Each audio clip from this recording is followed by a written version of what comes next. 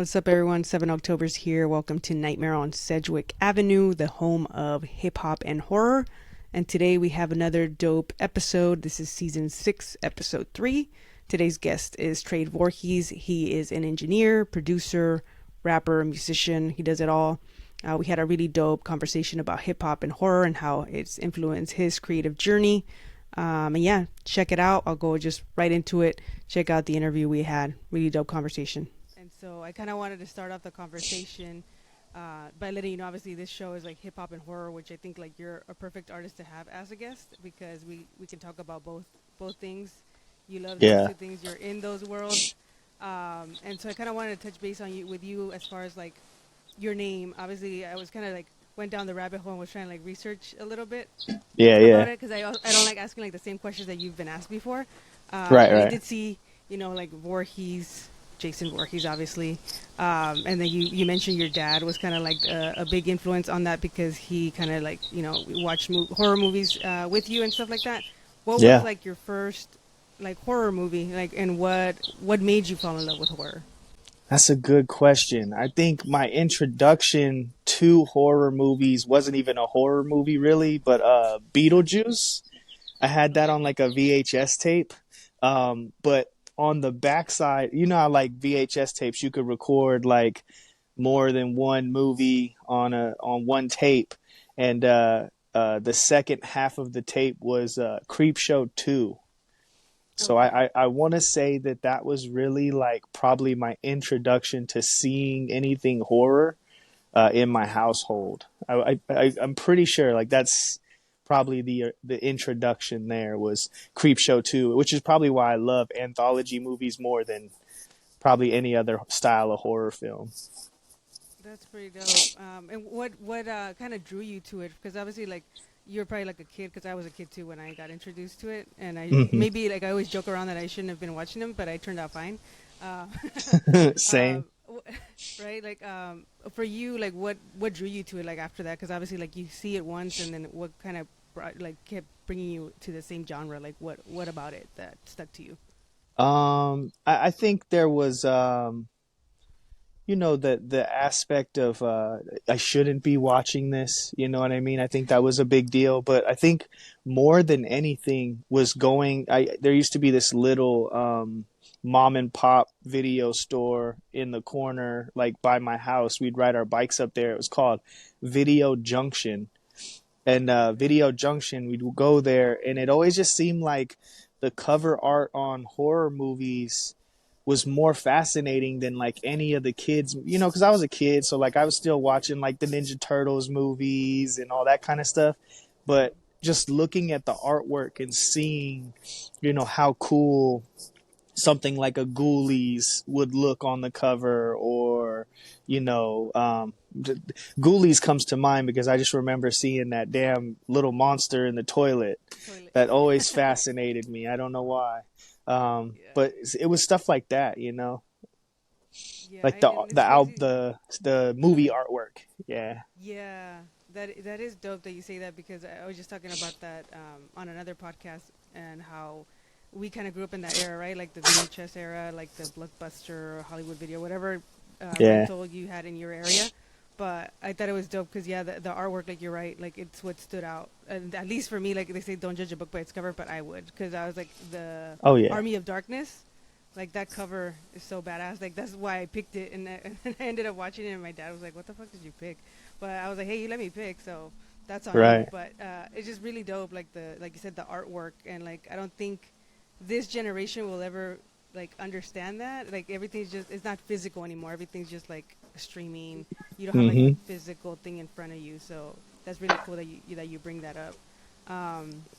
And as far as like your music, because obviously you're an artist as well, how does horror play like an influence, or like influence your creativity? Because I know it obviously, for me, already watching your stuff, and we've been following each other for a while, I kind of know, but for those listening in who might not be familiar with your artistry, like, how does that play a role, horror, in your music? So I think initially I was making beat tapes that were centered around horror movie scores and soundtracks. I have this series called the 1 Hour Horror Show, and I did 4 of them, and each one is like basically my ode to the scary music that plays in the background of horror movies, and sometimes the most iconic of those sorts. You know, like the first one was definitely like, for a horror fan, the first edition of that was very much like you can catch what themes I'm using, you know, like whether it be Shining or, you know, those bigger name films, you know.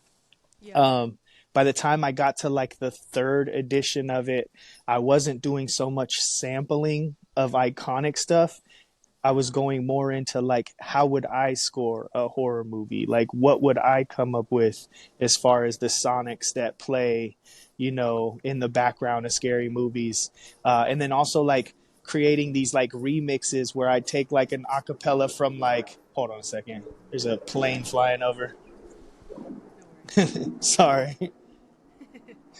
You're good. But it's taking them a while. Um, just the sonics of like taking something like an Erykah Badu song and then like creating some horror ambiance around it, but still it's like this beautiful thing, this beautiful sound, you know? Yeah, Um, that's really dope. yeah, yeah. The 3rd installment is probably one of my favorites because I did a lot more of creating my own version of what I think a movie should sound like versus like just sampling something straight from a soundtrack and putting drums and bass and, you know, the bells and whistles on it. Yeah, like making it your own kind of like, so you kind of started from like kind of like mimicking like what you love, and then after that kind of make your own, right? Like Right, the like progression of the mixtapes are right. right, like literally going from like just taking a sound bite from a movie and just like sampling that Yeah. to like by the 3rd one I was basically making my own compositions, my own like my own melodies and my own, you know, what I would consider a score for a horror movie. That's pretty dope. And how would you ever like want to have like I don't know, have like your music like kind of like that, like a score or what you've created be on like a short film or something like that, or is that something that you want to do on your own, or even just kind of like pitch out there? Yeah, so I just shot for a short film. It's not a horror movie; it's more of like a comedy. But Okay. the guy that's directing it wants me to help score that. So, you know, I'm going to try to come up with what I can in that vein. But I would love to Yeah. score a horror movie. I've bumped into filmmakers before, Yeah. and you know, offered my expertise and things like that. I've done music for sync licensing for like I did some for a show called The Night of. Okay. You ever heard of that show? It's on HBO. Sounds familiar. What's the premise on it? I think it's more of like a thrill, like crime thriller type of deal. Okay. But the music that they ended up using was my regular rap music. You know, it was like Oh. dudes running through like a hallway or something and bust into like Yeah. a apartment, and like in the apartment someone's listening to my music. You know, it's Yeah, really that's pretty dope. yeah, yeah, really cool experience. That was like one of my first like sync licensing checks. I was like, "Oh wow, I could make music and make money off of TV. That's crazy, you know?" Yeah, yeah, that's a cool thing, like to have like placements too, and like when you hear like your music out there, because I think and I'm kind of gonna get into this because it's kind of a connection to you, but like Belle the Wonder, I heard her on Euphoria, and I was like, I didn't even know she was gonna be on it until I was Right. watching the episode, and I was like, oh shit, that's like Belle the Wonder, like, and then obviously she posted it afterwards on social media, but I was like, that's freaking dope, like to hear independent artists like on stuff like that, or like just an indie movie or something, like I think that's dope. Yeah, me and this producer named Chase Moore, we actually co-produced a song on her project called Finesse Hunter. I love that Um, freaking track. I didn't know that was you. I saw that you said yeah. you produced for her. That's a really dope track. Yeah, it's all thanks to my homie Chase Moore. But he, what I would do is I would send him sample packs, and they're just Okay. me playing instruments, you know, me making Uh huh. melodies, and it's crazy because it's got a horror vibe. But the second half of that song, I'm the one playing like the xylophones and the Oh wow. crazy. Yeah, it sounds like a sampled ass boom bap record, but it's just me playing instruments. Same Oh thing wow. with the Living Legends. I just did a track with the Living Legends with Chase Moore, Okay. and I think it's called "Getting Up" is the song. And I'm not gonna spill the beans too much, but the inspiration from that track is is a horror movie, and it's crazy because it Okay. doesn't sound like it at all. So Oh shit. Okay. Oh, is it out already? That track? Is it on yeah, yeah, it's on Release? their new album. Okay, I have to check it out then. And what's the name of the track again? You said? It's called "Getting Up." It's featuring Getting Up. Jay Worthy. Okay. Yeah, I heard of Jay Worthy. it's a pretty cool track, and it's crazy because the sample that he used that I am playing all the elements, it's like, loosely based on like a cannibal movie, you know what I mean? So Oh, okay. Is it like Cannibal Holocaust or is it something else? I don't want to. You don't want to say? I'm gonna have to do my It's research one. then, and I'll let you know. Yeah, it's one of those type of movies though, like from the 70s, 80s, that was like a big deal. And cannibal movies Yeah. to me are like some of my favorite films. Cannibal Holocaust is one of my favorite horror movies that I've ever watched. So, Yeah, I feel like it's a rare person to say because I have a coworker that loves that movie too, and I was like, man, like I watched it, I'm like, I don't know if it's my favorite, I don't, but you yeah, have to be. It's a different type of subgenre for sure. for sure. I love Yeah. I love them, but I don't think I could like watch them all the time. Yeah. What did you think about like the like remakes? You know, like kind of like Green Inferno by like Eli Roth. What are your thoughts on those? Um I like Green Inferno. It's a decent movie, but it comes off more like Apocalypto than it does Cannibal Holocaust to me. It's a Yeah, little, you know, his style of movie creation, like you could tell, is very like hostile. It still fits that same Eli Roth thing, and a little less yeah, Not Dario Argento, but the dude who did Ruggero Deodato. yeah, Like his style of filmmaking, that Italian way of making movies is just so brilliant to me. Even the ones that don't make sense, you got like Lucio Fulci's like one of my favorite okay, directors, and yeah, like movies like The Beyond. yeah, If you don't go at it as like this is a piece of art, like surrealist art, like almost yeah, like on some Picasso vibes, like you're gonna yeah. look at this movie and go, this shit is stupid. I've shown that movie to so many people and they're like, this shit doesn't make any sense, man. You know, Zombie Flesh Eaters, these movies that just like Yeah, they're more of an art installation than they are like linear plot film. You know what I mean? So yeah. I I love know. Yeah, like Italians, man. yeah, yeah. Italians have like I've been watching like some films that I hadn't seen that obviously I missed because it was like before my time. But like I've been put Hmm. on here in San Diego because a friend that does like movie screenings. They do a lot of like hidden gems, and they were doing like Italian films. And I just watched. I think it was Deep Red. I think. I don't know Okay, why Dario I never watched Argento. it. Yeah, Dario Argento. And I was like, I don't know how I missed that one. And there was another one. I think The Birds Plumage or something. And I forgot who Yep. that one was. I But think like on that's Dario Argento too, if I'm not yeah, mistaken. yeah. It's like just like you said, like the way it's like some of it's so silly, like just like the dialogue and all this stuff. But it's just like really like it captures your attention, like the whole murder mystery and like the killer. Like some of them, it's like super obvious, but it's still entertaining, you know. Yeah. Um, and like you said, Um. I don't know, something about the way they film is different. Yeah. Like, have you ever seen the New York Ripper? Yes, I just watched it, and that, and so it's like for me, I'm not like a huge fan of like the torture and all this stuff, but like it's still like the way they film these, it seems so brutal and so like real. Like I don't know, Right. it's crazy. Like even the point of view type of vibe. Right. Uh, but yeah, like what are your thoughts on that one on the New York Ripper? It's one of my favorites. I love the soundtrack. The soundtrack of that movie is probably one of my favorite. I have two copies on vinyl because it's just like, Nice. that's another one that I've ripped to shreds when it comes to sampling. That's pretty dope. Yeah, and then their music too. Yeah, that's another thing. Like the Italian like scores. Oh, for Um, sure. like Fabio Suspiria is one of my Frizzi. favorite. Okay. Have you ever heard of Fabio Frizzi? He's the No, I one that haven't. does a lot of Lucio Fulci's films. Okay. So like The Beyond, Zombie Flesh Eaters, that type of stuff. Like I just love that sound.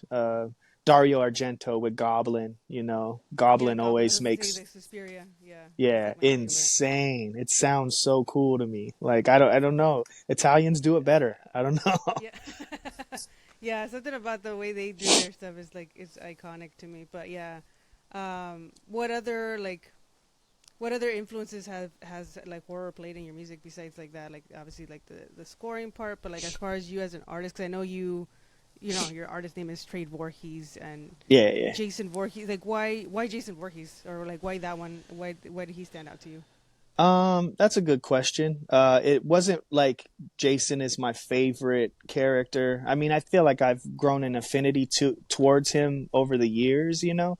Yeah. Um, but I think I was just so my initial name when I first started rapping was Trademark, Okay, and I remember hearing that. Yeah. and there was a rapper who was rapping with John Cena who was already going by that name. Okay. So a lot of my homies in my neighborhood and shit, they would just call me Trade. They wouldn't even put the mark on the end of it. Yeah. And so I started going by Trade by itself. And this was probably right around the time Kanye West was getting popular, and that just having a first and last name was kind of a cool thing in rap names. And Yeah. so I was just messing around with different horror icons because horror is my shit. And I was just like, you know, who can I, you know, use, and, you know, trade Kruger, trade, you know, Like Myers. whatever. Right, exactly. Trade Myers. And for some reason, Trade Voorhees just always sounded really good together. And Yeah. so I stuck with it, and I just never stopped using that name. That's probably since, I want to say, like 2005, I've been going by that name. Yeah. Okay. So And why trade? I know you said trademark, but like what stood out for that? Like why trademark too? Like why that? that's a that's the biggest anomaly of it all, because I don't know where I even came up with that. I don't know why I started going by Trademark in the first place. I just thought Yeah. it sounded cool, and I was in a Yeah. group at the time, and the guys that I was rapping with thought it was cool too. So I was like, you know what? I'm gonna go with what they think is cool, and I just stuck with it. But nobody really called me Trademark. Like, since the inception of the name, everybody was really Yeah. just calling me Trade all the time. It was like trade, trade, you know? So, That's cool. That's cool how like a name like just takes like a life of its own type of thing. Um, right. when you and I think it sounds dope like Trade Voorhees. I remember like I forgot how I came across yours. It had to be like maybe through the IE, like either shout out to like Noah James or them because like that's how I think I came across your page because I've been following you for a while on Instagram. And Yeah, then it stood out to me because obviously the fact that you also like do hip hop and horror stuff, and I was like, oh, this is really dope, and the most name is just definitely. like really unique. And so I was like, that's really dope, and it's a fun fact too because it's like a connection. So that's why when I hit you up, I was like trying to like book for the new season, and I was like, who can I book? And I was like, and you came to mind right away because like I actually like love Jason. I just you could see kind of in the background a little bit, but Right. it's not like more of like he doesn't really have a personality, honestly. No. And I don't know why. I think it's just like the first, probably one of the first horror icons that I watched as a kid. So his iconic hockey mask, like everything, like always, like I just loved about it. Like the films Yeah. are not the best, but I don't know, just like a nostalgia about him. And then I was kind of joking around the other day because I had like an epiphany that I was like, oh, maybe like I like him because like I can't swim, so I'm like he drowned, and so I was like maybe Hmm. that's why like there's a connection there, like that's why like I really am like drawn to his character, and then he's close to his mom, I'm close to my mom, so I was like, oh, maybe I'll just start saying that, but and I thought it was dope, and then I It's thought that definitely was a good good. connection, yeah, right, and I was like, oh, I'll just run with that and say like that's more of a deeper connection, but yeah, I always like dug Jason Voorhees, and then so like I said, when I came across your page, I was like, oh, this is pretty dope, and like your like production and all that stuff that you do is pretty like dope, and I just been watching kind of your journey. Like you also do like beats, as far as like beat sessions, like you do like on video, like making your beats and stuff like that. And if you want to talk a Hmm. little bit about that to those like listening in, like how that journey started, because I kind of followed it, and you've been doing it for like more than a decade. So how has that been? How has that journey been? It's been good. I prefer making beats over rapping. Really, it's something I started doing before I started rapping. All the way back to like I used to have the game on PlayStation 2 called Music Generator 2. It was like an MTV video game where you could make beats. And I used to have memory cards full of beats that just like, I didn't have a microphone. I didn't have no way of recording anything. And then my mom got our first computer. And that's how I was kind of introduced to like Fruity Loops and, the FL Studio and sampling from CDs into the CD drive and stuff like that. And then that was also where I found out like PlayStation games had music on them and I could rip that off of there and manipulate it and sample it and add stuff to it. And just I've always had an affinity for beats, probably since I was probably like 12 or 13 years old, like just really love the composition of music, like putting together things to make it sound like one cohesive piece of music. I mean, I love making beats. So I think what really was like I would make these, remix albums. I was just telling somebody about this yesterday. When Jay-Z came out with the Black album, he had a version of the CD that was all acapellas. And I remember that. Yeah, and I ended up making probably like 4 or 5 different versions of that album just by remixing his acapellas. And then, people start liking the beats that I was making on those. I start giving those out to different people. I start rapping over them myself. My dad, thankful for my dad being into rap music. He's the one that kind of put me on to like the gangster rap shit and like West Coast and like the South, like Ghetto Boys and Gangsta Nip and these other cats, Brother Lynch Hung from Sacramento, and I think that all of that kind of generated who I am as a rapper today, and also as a beat maker today, because I really do like the darker side of beat making. And over the time, I just grew up with making beats. I think it was probably around 2014 or 15 when I got my first MPC. And then I started just doing within the machine, just making beats and veering a little bit further away from computer-based technology and more focused on beat machines. And I just kind of graduated to this new thing where I'm Twitch streaming Mondays, Wednesdays, and Fridays, like around 9 p.m. I have this show called The Late Show with Trade Show. And it's basically just me for an hour. People, hop in the chat and we sit there and make beats. And sometimes they send me samples in Discord and I'll sample what they give me. Or sometimes I'll sample from records or soundtracks or just whatever, whatever the night, conjures up, right? And I've been doing that since I was just looking it up yesterday for a job resume, but I've been Twitch streaming since about 2020, so about 4 years now. Damn, that's crazy. That's crazy. It's been that long since the pandemic, but damn. For real. Yeah, that's pretty cool. Yeah, because I saw your progression. Because I was like, I know you do it like on YouTube, and then now you said like you have like a community. Like I seen like you build your community like on Twitch. So it's really dope to see like that progression. Yeah, I started live streaming on Instagram. Actually, Instagram was the first time I ever, and it was literally just like putting my phone in front of my setup and just recording straight out of my phone. And then I learned from a friend that you can get like an iRig, and the iRig I would plug into my beat machine, and then you could hear the music and me talking through that. And then I saw what Curtis King was doing, and he was like, bro, I see what you're doing. It's not a far jump from what I'm doing. And so I hopped on a phone call with Curtis King, and he kind of like, he was like, you're going in the right direction. He's like, I would, suggest you get a DSLR camera and like maybe a couple other angles. And next thing you know, I'm working with like 3-4 cameras, like switching in between scenes and all that kind of shit. It was super badass. And I appreciate, Curtis King for the knowledge on Twitch streaming, because I was lost when I first started, and then he kind of helped me, get the wings to really do the shit the way I do it now, That's dope. Shout out to Curtis King. He's a Nightmare on Sedgwick alumni.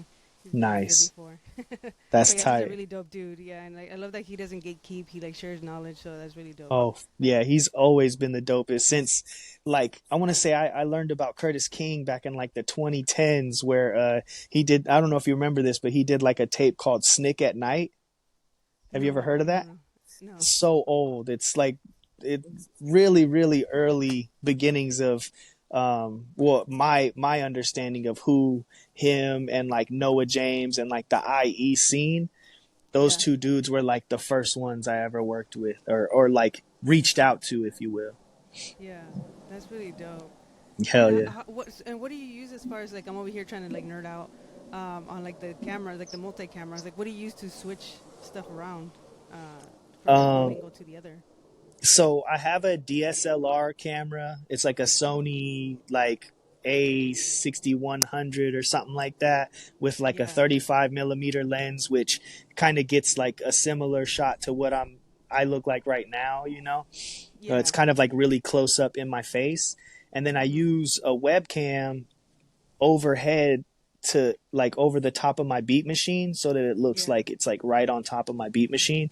And right now it's just two cameras, but there was a time where I had a full studio setup where I'd had like a camera hanging from the ceiling that would get like my whole studio set up, and then one facing my drum set and one face like there was a point where I think I had like four cameras, and it was kind of OD. But Yeah. I used this program called Streamlabs, and Streamlabs helps you like set up all the scenes and things like that so that you can kind of switch between them and Oh, okay. have like a seamless. Yeah, there's also like transitions and stuff that people use. I don't really do all that. I kind of just Yeah. cut right to the next camera like a regular Yeah. like news broadcast or something like that. I really treat it like it's like some public access TV show type thing. There was a point where I Yeah. had like a hotline where like people could call in and like So talk to me on the phone and shit like that. yeah, that's pretty cool. I love that because it's just using your creativity, to like its full capacity, like all these different things you can do. It's just like it's a it's a open, just for Yeah. you to come up with anything. That's really dope. Um, and as far as like your you have like Mike TV, right? I was kind of like watching like another interview you did where you have like Trade Voorhees, but then you also have like Mike TV, and you say like Mike TV is kind of like your alter ego, right? The one that's already like produced for your favorite artists and stuff like that. Like, Yeah. where did Mike come from? Like, That's a good question.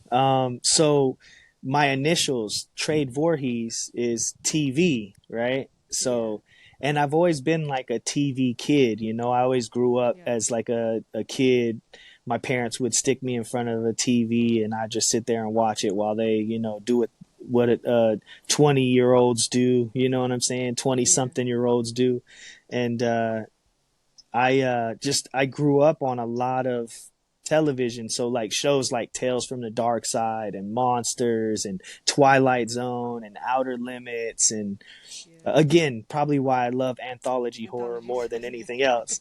Yeah, But a lot of those programs would come on and I just sit there and watch marathons of like this type of stuff. But the movie Willy Wonka has a character named Mike TV in it, and I kind of just played off of that, adapted, that name. And instead of going by Mike TV, or like that's the short version, I created the character Michael Television. And Michael Television is basically this guy who's already made it. okay. He's famous. He's rapped with your favorite rapper. He's produced for your favorite rapper. Like he does what the cliche rappers do.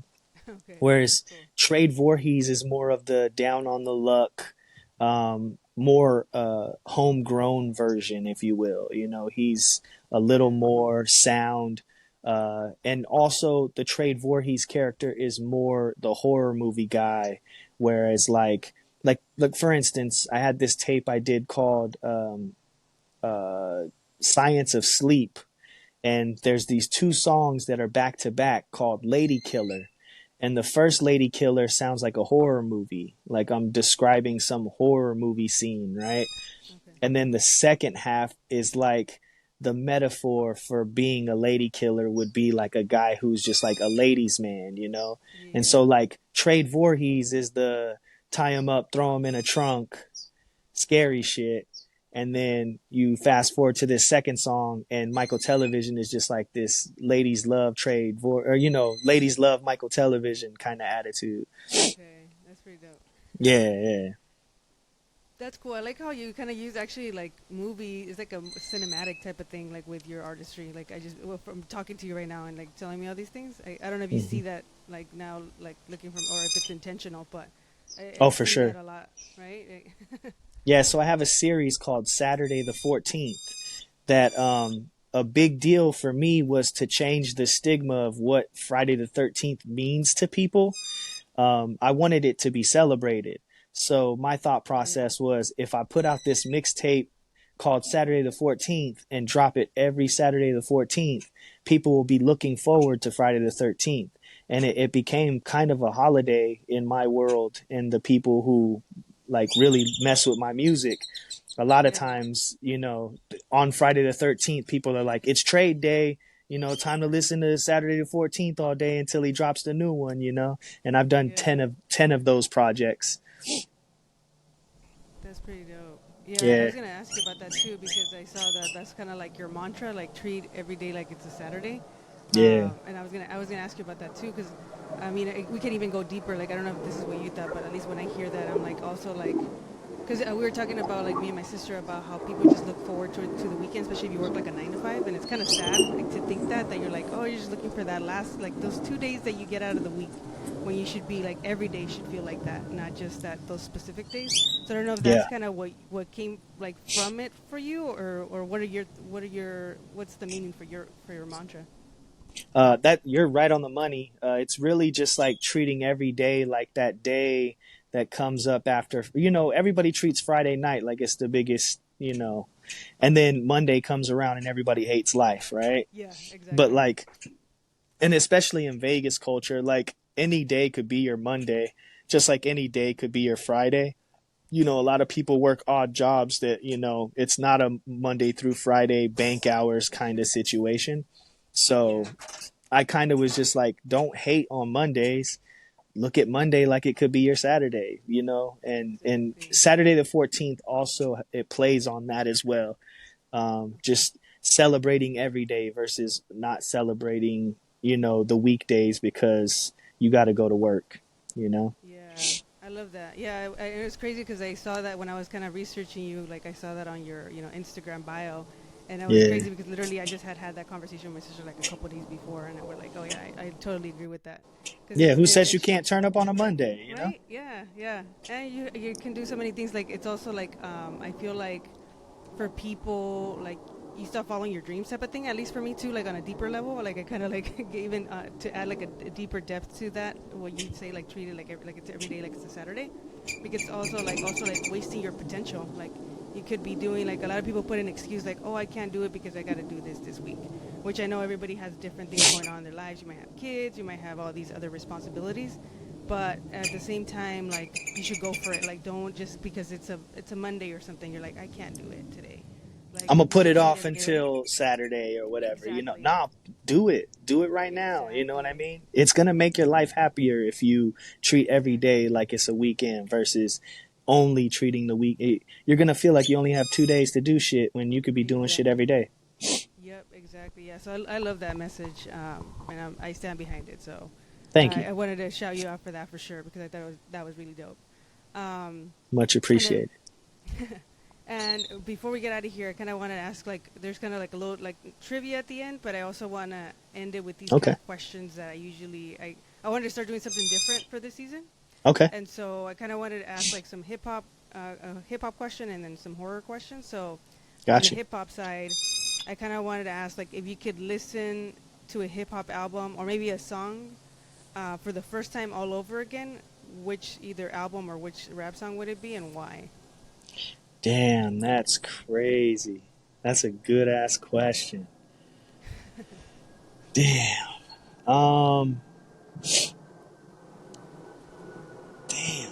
Yeah, yeah, That's like a brain buster right there. I would right. say probably Big L, Danger Zone, Okay. um, or even like something like Eminem Slim Shady LP, like maybe the Just the Two of Us joint, 97 Bonnie and Clyde, like Oh yeah. songs like that really, or even like the first song on Marshall Mathers LP, Kill You, like Oh, I love that song. it's something about the first time I heard those types of songs that I was just like, oh my gosh, like music is you can tell whatever story you want to. You can be whoever you want to be. You know what I mean? Songs like Yeah. that for sure. Yeah, and it's crazy that Damn, you that's say Eminem crazy. too, "Kill You," because like I always feel so sad that I never got to see him like on those tours, like where he had the Jason Voorhees mask again, comparing it Right, to you, right? And I right. bought I found it at some collectible thing that they had like it's already like old. I have it somewhere up here, but it's like the him wearing the Jason Voorhees mask is like a comic book little like animated toy. And Uh so I huh. was like, I have to get this because I'm a huge Eminem fan too. I grew up listening to his music. Yeah, when he was on the Up But and Smoke tour, I remember my homeboy. yeah. I had this homeboy named Drew, and his dad used to have. He had a Yukon truck that had like um, video monitors in the seats, and he'd Uh-huh. always be playing the Up and Smoke tour, and I'd always see those images of Eminem live that were just like mind blowing, and him wearing the overalls with the Jason mask and His all that type mask. of shit. Yeah, Yeah, the Texas chainsaw, probably like the chainsaw thing that he was holding or something. yeah, yeah, That's pretty dope. Yeah, again connecting it to like he's another horror fan too. yeah, That's really exactly. dope. Those are great picks. I honestly like when I wrote that question, I'm like I don't even know what I would pick honestly. Yeah. As far it's Just hard. those There's so much crazy dope music. artists, like Big L. Yeah, When I found out about Big L, I I was love like, Big L. bro, what is he like? What is he on? He's just like saying things that you would never hear another rapper say. The only other person I would honestly say like hearing him for the first time would probably be Jay Dilla, like the Rough Draft Project, or the first time I heard like him and Madlib together doing the J Lib stuff on like this Echo mixtape that I got for free at the Echo store. You know what I mean? Like, Yeah. what is this? This is mind blowing. Or even like Madlib's first beat tape that I heard, the Beat Conductor Volume 1 and 2. Yeah. It's just something about those albums and those songs that are on those projects that just like open my mind to creativity on a level I can't even explain. I definitely wish I could go back and listen to all that shit for the first time. Yeah, I feel, and it's like a feeling. I think, like even though some like obviously those are not my choices, but I can from you explaining your answer, like I would have picked something like that too, like the way they made you feel, like the first time you heard them, and like you said, like it Yeah. sparked something in you. Yeah, right. So like it played an influence of who you became too. I tell people this all the time. Like, there's certain albums that I listen to, and like it'll take me back to even like the smell of my car when I bought this album. You know what I mean? The first time I listened Yeah, to this album, I can remember my car used to smell like Monterey vanilla. Fucking little air fresheners that you put in the car and shit. It's crazy. yeah. No, it is true, and because I always joke around that I have like a really bad memory, but when it comes to music and lyrics, like I can remember those things. And like I Right. feel you, like you can remember like where you were, what were you doing at that exact moment that you heard that project or that song. So Oh, I for feel you sure. on that. And for like on the horror side, what if you could be in a horror movie? Which one would you pick? What character would you play and why? Damn, that's a good one too. Damn. Yeah, making you think today. I don't know, man. I really love Dream Warriors, the third Yeah, installment of the Nightmare on Elm Street. I think I would yeah. want to be in that movie. I Okay, don't think I would want to be. I feel like I would want to be the girl that got, you know, put through the hot box. TV. You know Okay. what I'm talking about? Yeah, The yeah, yeah, yeah. Welcome to The Prime iconic. Time, bitch. Yeah. Yeah, yeah. I think that's probably the one scene that sticks in my brain more than any other movie that I've ever watched. Is just like Yeah. that or the puppet scene where he walks the dude all the way to the top, like the Yeah. marionette thing. Yeah. Those two Yeah. scenes Yeah. are iconic to me, and I think I would want to get killed by Freddy Krueger for sure. Okay. That's cool. That's a dope pick. That's kind of Um, wild. yeah. I think somebody said that too. I'm having another guest, and when I was messaging with her, she was like, "If I could get killed by anybody, it'd be Freddy Krueger because Yeah. he's funny." I was like, "Okay, Yeah, at least he'd say some cool I can shit. relate, right?" And to end it here, like obviously, I want to thank you, for being on the pod. Um, I wanted to ask you, like, what type of like legacy, like, would you like to leave behind, either in the hip hop or horror, because you kind of are both worlds. Like, creatively, what kind of legacy would you like to leave behind? Just being creative and being yourself, finding that outlet that, I look at making music as like painting, you know what I mean? Yeah, Be the best version of what you think your art should do and look like, and, some people are partial to, some people hate on people using too many loops on beats. Some people don't really get into the aspect of creating music from the ground up, from scratch or whatever. And my thought process is like paint with whatever you got, just make art for the sake of making art. Don't judge yourself too much on trying to be better than the next person. Be the best you that you can be, and that's what I strive for. And I hope that, when the time comes, my name is said after I'm gone, that people will say, hey, Trade was always 100% authentically himself, and he's dope for it. yeah, no, that's dope. And I already see that in you because when I'm picking people for to be guests, like I usually try to like pick those type of artists where like they're authentic. You can tell that there's like not here for like clickbait or anything like that. Like really, like Right. your artistry and your creativity is what like kind of drives you. And so I wanted to give you your flowers while you're here, but thank you for being a guest on Nightmare on Sedgwick Avenue, and keep doing your thing. You keep inspiring because I'm pretty sure like yeah, I've seen like you have your community and everything, both in the producer community, but also in the like artist in community. So thank you for all you're doing. Continue, keep it up. I can't wait to see what you do next. And I don't know if you want to plug anything in before we get out of here. Trade Voorhees on all social media platforms and as well as on Spotify. That's Trade spelled Trade. Voorhees Voorhees. All one word on most social platforms, and you should be able to find me on Spotify, Apple Music, all those places with the same information. So just plug in, Saturday the 14th, the series. If you haven't heard it, go check it out. It's a smorgasbord of audible storytelling and, some my life, some, fantasy, some horror. It's all over the place, but it's a great series.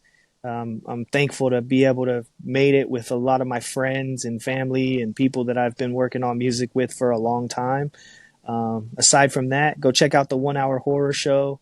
That's on my website on trevorhees.bandcamp.com. The whole series is there. You can listen to it. If you're into horror movie type beats, I'm your guy, And I think that's all I got, really. Cool. Anything else before we get out of here? Not, I mean, thank you so much for allowing me to be on the platform with you. I appreciate it. Thanks for Yeah, no. interviewing me. Yeah, no, you're welcome. I appreciate you being on. What's up, everyone? 7 Octoberz here. Welcome to Nightmare Cinema, where I talk about some of my favorite horror films or horror TV shows. And today I'm going to be talking about a film that just released on February 23rd. It's called Stop Motion, and it's directed and written by Robert Morgan. It's his first full-length feature film, and pretty much a synopsis from online, and I'll kind of tell like a little bit of the version that like from what I interpreted from the story and what I really dug about it. It's a talented stop-motion animator becomes consumed by the grotesque world of her horrifying creations with deadly results. But that doesn't really give too much of the story, so I'll kind of like briefly summarize as far as what it is. So it's an artist. She's a stop-motion artist. Her mom is also a stop-motion artist, so hence why I think she kind of like led down that path. and her mom has arthritis, so she can't finish her stop motion film. So she has her daughter finish it for her. But the mom, I'll give this vibe. It's kind of like the Carrie vibe with the mom. She's kind of really like abusive and like more verbally abusive to her, and like is really like not the most like person to like kind of motivate her to do what she's doing. It's she's kind of fucked up, I guess, in the lack of better words. But pretty much that kind of sets it off where she ends up having to do this film, and I think she's usually just used to being told like by her mom like what to do, how to do things, and now she kind of has like full creative control over this like stop motion film, and that's when like shit gets crazy. It's really like a psychological horror. Again, I don't want to give any spoilers, so I want really people to check this out. I really love like the original concept of this film, and it's a mixture of like live action with stop motion animation, which is really dope. The pretty much like I want to say like a villain, but like the creepy monster in this movie, the Ashman, it's fucking creepy as fuck. It's a little bit of like mix of body horror in there as well. Like I said, psychological, which are like two of my favorite things in a horror film. And it has a little bit like I said, because it's psychological, it's up for interpretation for anybody what they thought about it once you watch it. But for me, it also has to do with like your inner child. And like I said, I don't want to give too much away from the story, but pretty much like once she has that creative control, like just shit gets crazy. But the stop motion, the effects, all that stuff was really dope. Really dark ending, and I'm actually okay with it. But I like to joke around that it kind of reminded me of like The Fly, and The Fly is one movie that I watch every couple years for that reason, because like the ending is just, it's really sad for lack of better words. But this one is like a really dark ending, but I really love it. I'm okay with if done right. I'm okay with it, and it's one of those where like it left me like it left lingering in my mind. I think I even dreamed about some of the scenes from this film. But I really enjoyed it for what it was, for its originality. It lingers with you, and that's a good thing for me. It made me want to rewatch it, because I feel like if I rewatch it, I'll catch other things. So I really recommend this film. Again, I'm really loving like the mixture right now of like original films, and then in the age of like still getting a bunch of remakes right now. But this is breath of fresh air. So really enjoy this film. I don't think I really have any cons for it. Like I said, just the dark ending, but that's not a con for me. I really loved the way it ended. And yeah, let me know what you guys think. I'll keep this short. Comment below or DM me. Let me know if you guys saw it, what you guys thought, or if you're gonna watch it. Thank you for tuning in. Peace.